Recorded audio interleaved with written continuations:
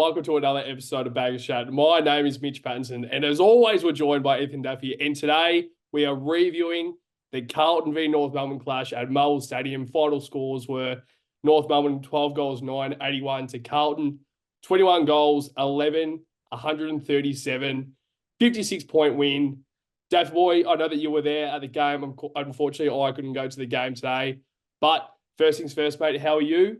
But tell me how you're feeling right now. I know that it was very much a convincing win and probably a comfortable win, all due respect to North Melbourne, of course. But at the end of the day, how are you feeling? And what a win for to kind of start something that might actually be really good at the end of the season.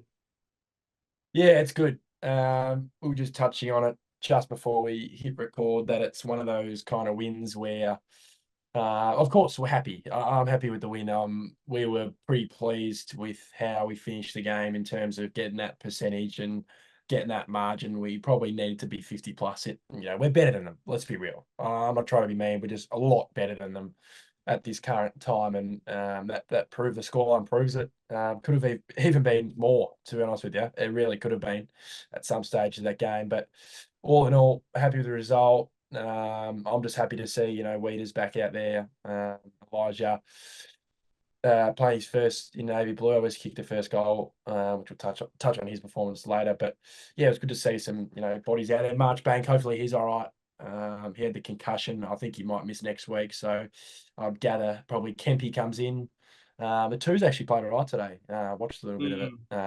Played all right. They caught up late, but ended up getting pipped on the line late in that game. But yeah, good solid win. It was good to be amongst Blue Baggers. It was more of us than them, obviously, at their home game. So that's always a good sign to see. And everyone's got a bit of pep in their step, Patto, Carlton supporters. And I know we always seem to have that stereotype when we win a couple of games, we're up and about. But there's a proper, genuine, feel that this season there's something brewing. And we're not going to, make our heads too big, and we're going to focus week by week, of course. But it's just great to see good footballers out there for the Navy Blue. It's great to put a team away, especially like halftime. It wasn't kind of like neck and neck, but it was pretty much like we were still in front. But it was really good to see us put the foot down in that third quarter and in the fourth quarter take it even to the next level. And for us to finish with 137 points, which is the biggest score that we've had since West Coast last year. That's pretty insane to see that score with 137. And I think it's the first time since, I think there was a stat, 1988 or something, the highest score we've scored against North Melbourne. They posted it a couple of hours ago. And I think it was since 1988 was the high. That's been the highest score that we've scored against North Melbourne. So also that shows that we haven't had great success scoring wise against North Melbourne, but for us to get 137 in its own right is great, but also for us to concede 81, that's also probably another story in terms of the defense. And I just think, like, at the end of the day, it was a very fast game. Yeah. And at the end of the day, if we score 137 and we concede 81, I'm happy. So we still walk out of there with 56 points, with a 56-point win. But initial thoughts, we're going to start off straight away. And, as we said, convincing win, lifted the tempo in the second half, but North obviously couldn't handle it. They're still very much on the rebuild. But, I mentioned it probably at the start of the day, and I just think North are actually quite solid. I really do rate them as a side. Right now, they're probably not going to get as many wins, but I think they're going to have slight glimpses throughout the games. And like we saw last week against Fremantle, I think they're going to lift their game. And I don't know, I think they could be a bit of a ladder shooter, but not anywhere, probably over 15 or so, mate. But credit to the Kangaroos because I just think that it was a win that we needed, a 56-point win that we just had to get on the board. We needed a convincing win to start our season, and hopefully this can really catapult our season towards finals. And also for the Kangaroos, I think it was a good experience for them just to have a good match against a good opposition. Well, hopefully we are a good opposition. But your initial thoughts, Staffy boy, start us off with what you think of the game. Yeah, looking at these points, obviously convincing win. Quite happy with the 50 plus. For me, that's the job done. I think 50. I know we both tipped in the 40s. I think I was 43 or 4. One of us was 43 or 44, whatever. Yeah, the 40s. So That was more on that side where I haven't seen us put the foot down as of late, Yeah. against many teams. But yeah, 50 plus, really happy with that. I agree. I think we lifted the tempo at certain stages of I think the third quarter was 6 goals to 5. So they got a few late red time goals. It was a very interesting game of footy. I thought we just butchered the footy a little bit over too much. Like they got a few goals out of it. They gave us a few goals, so it kind of evened each other out. But we can't be giving away goals against good teams in finals and in tight games, because that'll cost us games and cost us where we want to get to, and that's a premiership cup. Yeah, credit to the Kangas. I was speaking to my mum about it, and even my old man, who's a big D's man. We've all been in that position. Let's be real. And people go, "Oh, let's feel sorry for North." I don't really. Like, I'm not trying to be mean. Like, good on you for going to the games. We're in the exact same position, and Mm. you go to games knowing you're not going to win. Like, you have that little glimpse of hope that, oh, we might pull out the best performance of the year, and it's just not going to happen. And you're playing against teams that are way better than you. Let's be real. Like, fuck. Like, their back six compared to our forward six, and it was just, it was a clear difference. And 56 points, not at our best, pretty much shows that the difference in talent. And yeah, it was a good day. Crowd was up and about, especially when the ball was coming down our end. It's always exciting when Harry and Charlie are flying for the ball, and there's something about those two. There's something about those two. It's like for Vola, whenever the ball's in their area, the crowd and the Carlton faithful they're screaming their lungs out. So, nah, all in all, initial thoughts, solid win. Yeah, I think that's a good way to put it. Just a solid win. We aren't going to Yeah, overrate it. yeah, We're just going to say 56-point win, which 2 years ago we would have been like, that's a great win. But yeah, like, it's yeah, just a solid win. That's what we had to do. That's all we had to do. We had to go there and just beat the Kangas by hopefully over 40 points. That's what we did, yeah, and we got an extra 16 points, which is great. And takes yeah, me back to that 2018 season where we got 2 wins on the board. And I actually remember that season so well, because I went to like, I think I went to yeah, 3 games. Sorry, 3 games that we lost by 100 points, and I did not leave my seat. But you know yeah. what? I am bloody traumatized from it, because I was just watching there in the seat. And I'm like, fuck me, mate. And it's like, it would be like halftime and we're 95 points down. I'm like, what is going on? But I mean, as you said, I think we've all been I think every club has been in that position, and all supporters I know. I have a good mate of mine that's a Richmond supporter, and he's going through that now. But as you said, like, everyone goes through it. It's just how the club comes out of it. And hopefully North Melbourne can come out of it. For us, it didn't look likely, like, it didn't look convincing at all. And now we're hopefully out of it. I think we are out of it. That now we can really start to stabilize our club and hopefully really get that success up and going. But we're going to get straight into some players. And I think the first note, I think when we write down the run sheet, we usually try and stick the structure, the same thing. And I wrote last review, I had the exact same name, Harry McKAY Coleman, but now I'm saying Yeah. Harry McKAY Coleman plus Brownlow McKAY. So, I mean, seriously, I reckon generally he can almost have, right now, he could almost have 9 votes. Five Really, votes, yeah. like, I don't think he will have 9 votes, but I reckon he will have at least 7, at least. Yeah. So, overall, Dash Boy, I know how much you love this guy. So 5 goals, 19 disposals, 10 marks, 79 disposal efficiency, 12 score involvements as well. Like, that's Yeah. also another thing that he's being involved in score involvement. So I think that's included in his own score, but also he's Yeah. helping other people score as well. So I know how much you love him, Daffy Boy. What were your thoughts in his game? Yeah, I can't speak higher of the bloke. Like, he is. I said it before we filmed. I think he's our best player. Yeah. Like, it's starting to do that. Like, he's been our best player the first 3 games of the year. And I read a tweet. I'm not sure who tweeted it. Sorry if you're listening and you tweeted this, but shout out to you. And they said you couldn't have picked like a better time after all the hate he copped. He's proved them wrong again, not once, not just the Brisbane game, again and again. So that's how you do it. Not a one-off performance. And that's what we want. That's what we want. That's his job. But geez, he was too good today. And, we had a little bit of a joke about, Toby Pink and stuff like that. But what do you do? Like, even the best defenders in the league are going to struggle against this bloke. So, Exactly right. oh, man, his hands, the best hands in the league. He's slowly becoming the best kick in the league. What's going on there? He's kicking them from everywhere. Like he's just going there. No, I'm not passing this. I'm not passing this. There was one stage, I don't know where, I think it was from the left side in the second quarter, left side from about 50, 45 out, boundary angle, right? And I heard their crowd.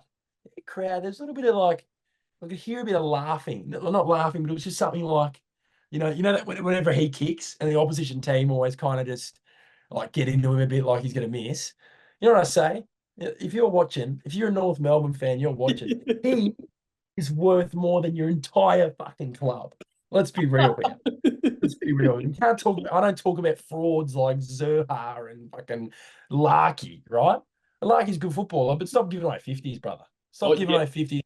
McGovern almost put you in a grave with that tackle. So, but I'm back onto it. I went off a bit there, but I just had to just let him know. Come on now. But yeah, superb for me. And he's marking. How do you stop a guy who's 6'4"? He's about 400 meters tall. He's the size of a house. Like, how do you move? You can't move him. You can't jump over him. You can't do anything. He's the worst matchup, and he's the quickest guy on the team. Yeah, I know. Like, apart from maybe Sard, he's probably one of the quickest guys in the team. Like on the lead, he's perfect. And him and Charlie today, they worked well together. They worked really, really well. They created one-on-ones when it was really hard because every time even if you waited a few seconds with ball in hand, they always try to get that extra number, which is what you got to do against the best forwards. Not just Harry and Charlie, but you always see with Tomahawks and other guys like that, they try not to let them have one-on-ones because they're always going to win one-on-ones, whether they like it or not. So, yeah, tick for Harry, and he's going to kick another bag next week at Adelaide Oval. Yeah, really well said. And you mentioned then about the 50 meters and the amount of 50 meters they had. So I don't know the exact stat, but I'm just going to read out the free kick count. So North Melbourne had 21 free kicks alone. We had 34 free kicks. That's ludicrous.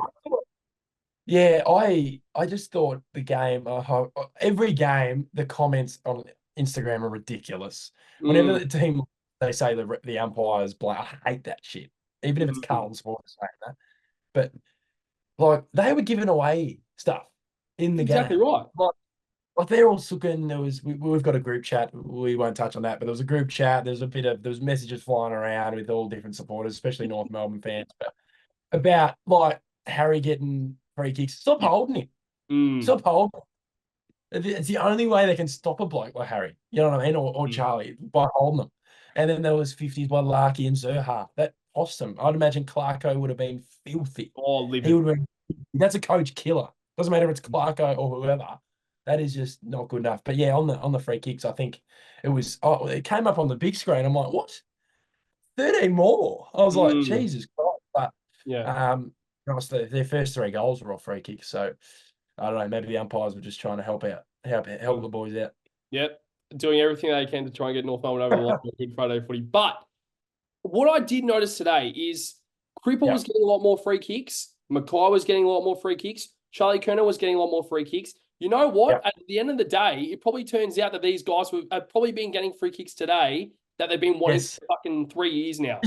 Harry McKAY gets held every single game. And as you said, he probably, realistically, most of the time, he should be getting a lot more free kicks and a lot more, like when he does actually get a free kick, everyone's like, oh, like this guy's, he's not getting free kicks. He never gets gifted free kicks, ever. And Cripper, I think, through the game, I know that especially, I saw it especially with Cripper, he was getting a lot of free kicks. I'm like, well, it's good. I don't know if that's the standard now or if that's just a lucky game. Because next week, yeah, but then next week though, if he does the exact same thing and there's no free kick, what's going on? That's what I'm saying. Like we are a bit off the topic with the game, but it's more to do with like consistency with the umpires. Because this year we've seen a lot more free kicks than we've ever seen before. But you have to keep it consistent because when it comes to grand final day, you can't get away with just not calling it. Because at the end of the day, what the players are now expecting it. Probably the play stops. Next minute, Yeah. umpires don't call it. What the fuck's going on? They've been calling it the whole year. You need to try and be more consistent about it. But let's try and stick to the to the coach over. Definitely, we've got a little bit of a rant there. But we're going to move on to our next player and Dutchy. Elijah Hollands. Now, there was one certain play throughout the game when the commentators obviously watching it at home. Elijah got Ollie back to Elijah, and I'm like, the tap down was just. I reckon Elijah should just be a ruckman because realistically, we don't really need him in the midfield. Be a ruck tap, like a ruck tap. What am I saying? A tap ruckman, but 22 disposals, 6 marks, 5 tackles, 1 goal, 86 disposal efficiency for a navy blue debut. That's a pretty insane way to start in the Carlton Football Club. But Daffy boy, what did you think about Elijah Hollands and his debut? Oh, fuck! He is the perfect half forward. He's the perfect half forward. He can go in the middle. He went in the middle a fair bit. Yeah. He's just got that natural football ability. Really local footballers you see, they might be unfit, whatever, and they just show up and play at high level of local footy and dominate. You know what I mean? They have that natural talent. It's like him, but at the highest stage of the AFL. He's got that little bit of zap. He's got a little bit of zip, and he just glides through. You know those players that kind of glide through. Like he's not the quickest, but he's got that. So he's got something about him. And I think the big one for me was actually obviously with ball in hand, but I think his pressure. I think his pressure was huge because to be in that Carlton forward line, it's not about just your output on attack, like kicking goals and stuff like that. Obviously, it's great. We need you doing that. But it's that pressure. I think Fogarty is in my top 10 locks in the team because he does that. Yeah. When he needs to land a tackle, he lands a tackle. And I thought Hollands did that as well today, really, really well. And he took the one hand, Specky.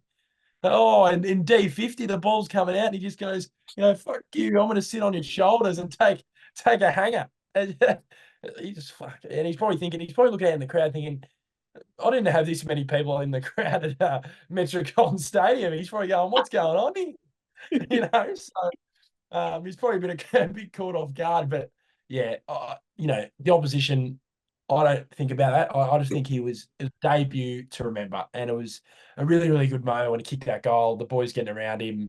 They got around Razio for his first goal as well. I forgot that was his first goal. Yep. But yeah, no, it was that kind of moment that I was like, yeah, he needed a goal in that game. There was that many goals that he was going to get one. But gee, what do we get? What do we give up for him? Pack of chips? Like what? Like Jesus Christ. Maybe also Pepsi Max. Maybe also Pepsi Max. Maybe. Maybe a nice cold Pepsi Max, but seriously, like, how's he not going to game for Gold Coast? He was playing in the VFL last, like the grand final. When I watched that granny, like I wasn't just because we got him. I was like, before we even got him, I was like, gee, this guy's a step above that level. You can just tell. But yeah, shout out to him. Yeah. I think it definitely is a step up from the Heritage Bank Daffy boy to the. It's actually a quick thing. Oh, They've actually changed it. It's like people first stadium. It's there's people first, but there's no one there. So I don't know. Anyway, we'll go to the next segment. Well, I reckon Gold Coast need to start to sort out their stadium because they probably change their names probably more than I changed my jocks. So not sure what's going on there. But now we're going to move on to our leaders, and my golly gosh, it was so great to see Jacob Weitering back out there. But we're going to touch on all 3 that were out there today. So once again, an underrated performance for Paddy Cripps. So 28 disposals, 1 goal, 5 tackles, 9 score involvements. Pretty insane stats that alone. But I just think Cripper is doing, and once again, he is in Brownlow form. He is in Brownlow form, and he is a Brownlow Smoky right now. And he's already won a fucking Brownlow. I don't even know how he's a Brownlow Smoky. But he's playing underrated football. So Jacob Weitering, 18 disposals, 9 marks, 78 disposal efficiency. Lucky only kicking 2 goals as well, which is also a good effort. We all know how great Lucky is, especially at set shots. My God, when he went back and now 2 set shots, it's just like you just expect it now, and he is really a player that I think North Melbourne need to try and keep on their list because he is some sort of a player. And of course, Charlie Curnow, 4 goals, 15 disposals, 9 score involvements. He probably went a little bit under the radar just because how well McKAY played and dominated the game. But he is still kicking 4 goals, 15 disposals, 9 score involvements. So out of those 3, Daffy boy, what was your probably the biggest leader standing up, but also touching all 3 and how important they were and how crucial they were to get us over the line? Yeah, I thought just off the top, I think all 3 were fantastic. I think, Cripper did his thing. I think I agree. I don't know how a Brownlow medalist becomes a smoky all of a sudden. He's Yep. still top 5. Come on. Yeah. Weitering, fantastic. Great to see him out there. Warms the heart when you see a player like that out there who, he could miss 5 years of footy and then show up and just dominate. Like, he's that type of bloke, you know what I mean? Like, he's just he just rolls up. Yeah, I'm just going to play on one of the best key forwards in the league and just towel him up. Like, it's just seriously, like, I'm not even kidding. He's just unbelievable. But, and also Kerno. But in terms of the best leadership, I think Weitering. I just think there was certain stages of the game where it could have the margin could have edged to a closer, 4 goals, probably earlier in that second half before we blew them away. And he made some big plays on the line and just some big mark. How good is it when the ball's in the air and he's in a one-on-one and you sit there? I'm just sitting there going, yeah, he's marked it. I'm looking at the next play. I'm looking at who he's going to kick to. That's how good he is. So, yeah, shout out to him. He's in good shape. He's looking huge. Like, I know he's always huge, but considering he's missed 8 weeks of proper training and stuff like that, he's definitely hasn't been missing pushing the tin at the gym. So shout out to him. Yeah, no, really well said. So a question for Jacob Weitering. So we know how great of a defender he is internally. We see it. I don't know if most of the AFL world sees it of how capable and how valuable he is as a key defender. I think so. When it comes to All Australian, like my question is, he obviously hasn't been an All Australian before. Yeah.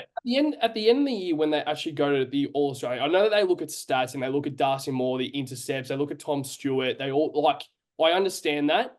I I get it. love to start to see a bit of a change and shift where key defenders go up against the best key forwards in the competition. And if they keep them goalless, 1 goal, 2 goals, like even earlier. So there's a game that just finished Fremantle Adelaide. And Tex Walker, I don't think he kicked a goal, maybe 1. And that just shows how valuable Alex Pearce is for Fremantle. Because if the key forward isn't kicking a goal, that is that is so detrimental for the team to get the win. So my question is, would you think that the All Australians obviously would take that, like the All Australian selection would obviously take that into account, or would you think that it's purely down to, I guess, stats, disposals, impact, I guess, attacking the football? What do you think? Because obviously Weitering last year had a career best season and he wasn't even in the team, which I was like, what is going on? And he won the best and fairest at his club and we made a prelim. I don't know if I'm a little bit overreacting about this, but I want your thoughts on it, Daffy boy. What's your thoughts? Am I overreacting a little bit? No, you're not. I think it's like I don't even think him and Darcy, like in terms of Darcy Moore and like that, I don't even think Darcy Moore comes close Completely agree. Not Collingwood. I'm not being biased. I think Darcy Moore's great at what he does and how he plays and how they play the system, right? Yeah. I think if you chuck Weitering at fullback at any team in the league, you'd play the same. Exactly right. Darcy Moore was a makeshift. He was forward and then he became a makeshift defender. Exactly right. Weitering has been great when we were shit. Like, you know what I mean? So it's quite unbelievable how he hasn't, whether it was last year or the years before. How's he not? I know Taylor from Giants had a great year last year, but a lot of it's popularity, and a bit of media cat, like I know Taylor was great, but they were raving on about him like he was, Stephen Silvani prime, Stephen Silvani. You know what I mean? So I'm not trying to be biased. I know it's a Carlton podcast, so we can be biased, but for Weiters, I don't think he gives a rat's ass about if he's a fucking All-Australian or not. Spot on. When he grabs the premiership medal this year, he's not going to be thinking about All Australian jacket. So he'll have more things to worry about, mate. He'll be worried about which pub he's going to celebrate the premiership.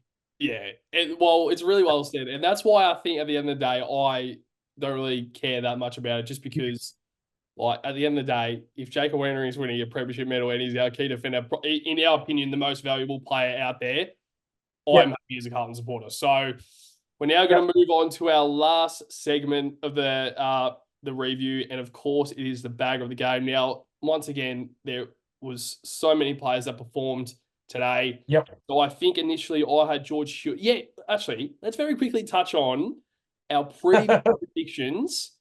Now, I don't know if the viewers out there are a bit of gamblers. We always make sure to gamble responsibly. But if you go back and check the preview episode, I made sure that I was correct when I was looking back at this.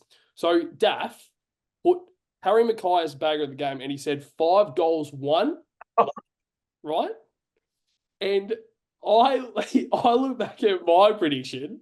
I put George Stewart early goal, but also 27 touches. Now, I think it's been recounted to 26, but it definitely was 27. 100%. Yeah. I looked at it, and it was 27. So I predicted 27 touches and a goal for George Stewart, but more importantly, Daffy predicted 5 goals, 1 for Harry McKAY, which is pretty insane. So the viewers out there, if you do gamble, make sure to maybe listen to our predictions, because who knows, we might be able to win you a bit of money, and maybe you could send us a coffee or two to shout us for their predictions. But that boy, bag of the game, 3 votes. So 3 votes obviously would be the best player on the ground.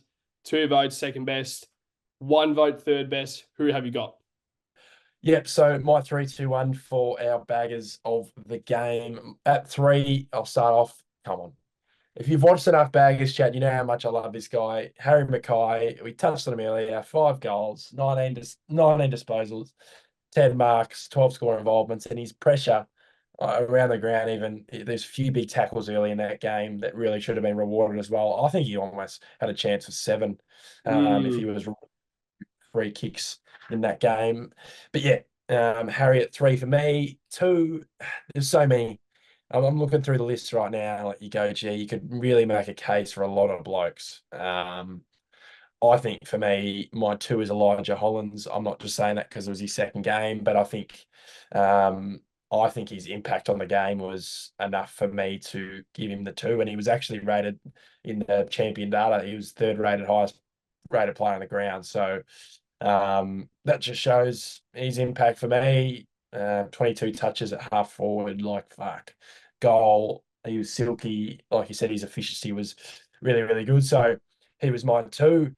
And my 1, you could put a whole fucking 12 names in there. But for 1, but for me, I know it's tough, but I'm just going to go with Cripper, because I think, like you said, I think he's in that sort of form where he can't be beaten, and he made some huge plays.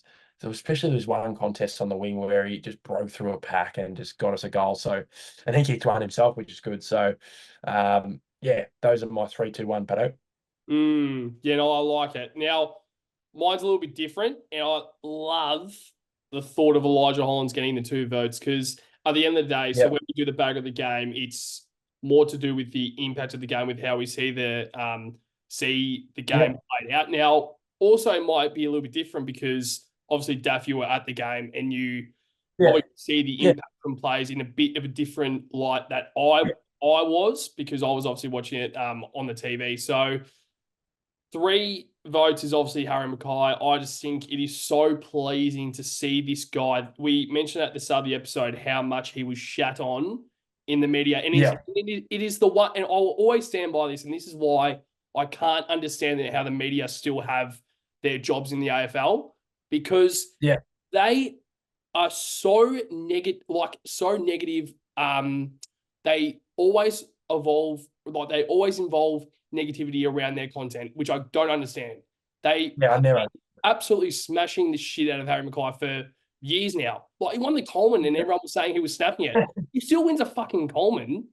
Like, have never understood the hate for Harry McKAY, and we have never hated him because, yes, he did have a bit of he did. I guess, the shakes We with know. set shots, but he does other things on the ground that no one else sees except Carlton supporters, and I've never understood why. And now, what do you know? He starts kicking goals, and then everyone in the media is now saying, "Oh, he's really good at goal kicking, but he's also doing this thing and this." And we're like, "We've been doing this for ever since we started the podcast in 2021." Like, seriously, it's until now where he is actually starting to become, I'm not even kidding, a Brownlow Smoky. Like I'm not even kidding. Like he could realistically have 9 votes right now. He could have 9 votes, yeah. He could But have for 9 some votes reason, easy. the Brownlow will go, to mids. Yeah. But in terms of impact, if we were running the Brownlow, he'd be 3-3-3. Yeah. It probably is 3-3-3 for us. Yeah. On the back of the, he'd be leading our award right now. Yep. I reckon after every single, I mean, we'll probably try and wait to do the lead. You wouldn't probably halfway through the season, but I reckon at the bye round where we do an episode, make sure to check out because I reckon we'll try and do our leaderboard for the bag of the game. And it'll be interesting to see what the votes will look like then. I'm going to try and stick to the bag of the votes because obviously with me rambling on, it's probably not a good look for the podcast. But second vote, 2 votes, Paddy Cripps, mate. Cripper. Literally, I reckon 3 is quite obvious with Harry McKAY.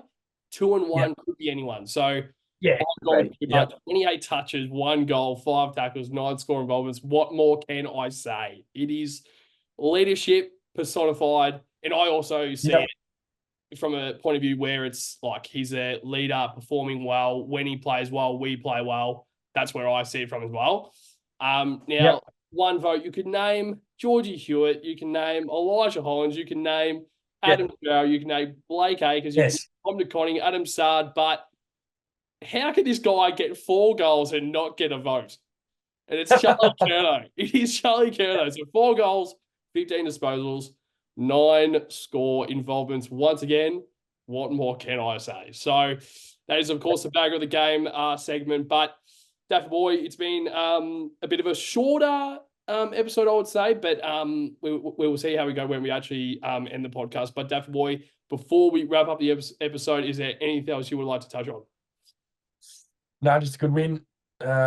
Obviously, gather round on Saturday, I believe. Obviously, you're heading off on Tuesday. I believe. So Patto's he's leaving the Blue Baggers again. He's heading to the big time over there in the States. But Saturday 4:20, bit of a shit time. We've got a few Saturday 4:30s. They really do my head in. It's just a shit time. Well, Freo just won by 30 points against the Crom, who are looking very, very bad at the moment. So that'll be interesting. But Freo, both 3-0. We really should be getting the job done. Yeah, that's just what I'm going to say. I'm not being cocky, but come on. Well, we should be getting the job done against them. I think we can really stretch them out in terms of our forward depth, but also defensively. I think we can shut their forward line down. I don't think it's too worrying at the moment. Yeah, no, really well said. So as you obviously said, so I'm off to America on the Tuesday now. Last year, Duff was doing the episodes, which he was very well done last year to do the episodes. Now, I want to try my absolute best to try and do the episodes. So I know that the viewers out there probably wanted to have Duff Boy on his own for a few weeks, but I think I might try my absolute best to try and get on the episodes just because I will be over there. Now, the time difference is obviously very shit, we will say. Now, I'm on the eastern side of the country, so I'll be in New York for most of the time, and the time is obviously a little bit, like, we all know how bad the time zone is over there. So we're going to absolutely try our best, but if not, Daff will definitely do his episodes as he would last year, but I'm going to try my absolute best to get on the episodes, but we'll see how we go. But so I think we should be able to do the preview maybe for the game while I'm in Melbourne. But we'll see how we go. But that's obviously something that we'll do in a few days' time. It's great to see a convincing win against the North Melbourne Kangaroos, something that we have wanted probably for a few days now. We really expected it, and now that it's happened, we can now kind of sigh for a few days, and then obviously we're back into business against the Fremantle Dockers next week for Gather Round. But to every single blue bagger and AFL supporter out there, or even sports in general, make sure to like, comment, subscribe on every single platform we're on, but also channels on our socials. We are trying our absolute best to get around that as much as possible. But to you, Daffy boy, and to every single blue bagger out there, blue baggers!